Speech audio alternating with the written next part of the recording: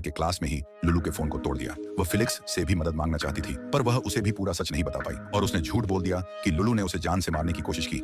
लेकिन सिर्फ यहीं पर बात खत्म नहीं हुई। लुलू ने कैटरीना को एक वॉइस रिकॉर्डिंग भेजी जिसमें वह ड्रागो उसके पास अपने और कैटरीना के नए रिश्ते के बारे में कन्फेशन दे रहा था। कन्फेशन में उसने सब कुछ बता दिया था, पर उसने कैटरीना का असली नाम नहीं बताया था। इसके बाद वह जबरदस्ती कैटरीना को अपने पास बुलाने लगा और अब ना चाहते हुए भी कैटरीना को उसके पास जाने के बारे में सोचना पड़ा। उस रात ड्रागो एस अपने बेटे को लुलू से दूर रहने की सलाह दे रहा था। साथ ही उससे पूछने लगा कि वह कल रात देरी से घर क्यों आया था। उन दोनों की बातों के बीच कैटरीना के पास लुलू के मैसेजेस आ रहे थे, इसलिए उसे ड्रागो से यह कहना पड़ा कि जोई की तबीयत ठीक नहीं है, इसीलिए मजबूरी में उसे उसके पास जाना होगा। वह यह झूठ बोल करके मजबूरी में लुलू के घर पहुंच गई। अब लुलू भी उसके साथ इस तरीके से बर्ताव कर रहा था जैसे वह कुछ भी गलत नहीं कर रहा हो। कैटरीन उसे समझाती रही कि उसे यह खेल बंद करना होगा, पर लुलू इसी बात पर अड्डा रहा कि वह उसे बहुत प्यार करता है। लुलू का अट्रैक्शन अब पागलपन में बदल गया था और वह कैटरीन के साथ जबरदस्ती करने लगा। कैटरीना किसी तरह से अपने आप को बचाकर वहां से भाग तो गई, पर अब लुलू उसकी और उसकी फैमिली की जिंदगी को बर्बाद करने की प्लानिंग करने लगा। फिर एक रात वह उसके घर में घुस आया, जिस वजह से कैटरीना की फैमिली उस रात ठीक से सो भी नहीं सकी। इसी बीच फ्लोरीन भी अपनी मां कैटरीना से दूर होने लगा। जब वह स्कूल पहुंची तब उसे यह बात समझ में आई, जब हर कोई कैटरीना को देख करके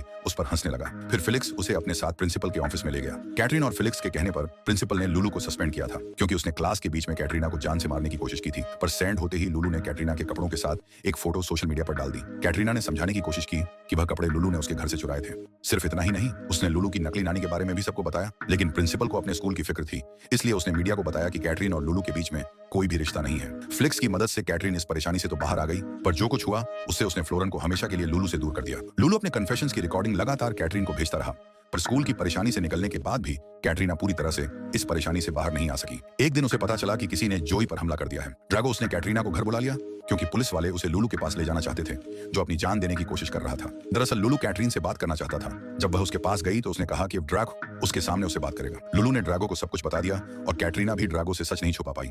उसे वह सब कुछ दोहराना पड़ा जो लुलू कह रहा था। दोनों के अफेयर के बारे में जान करके ड्रागो उस पूरी तरह से टूट गया और डायबिटीज की वजह से उसे तकलीफ होने लगी।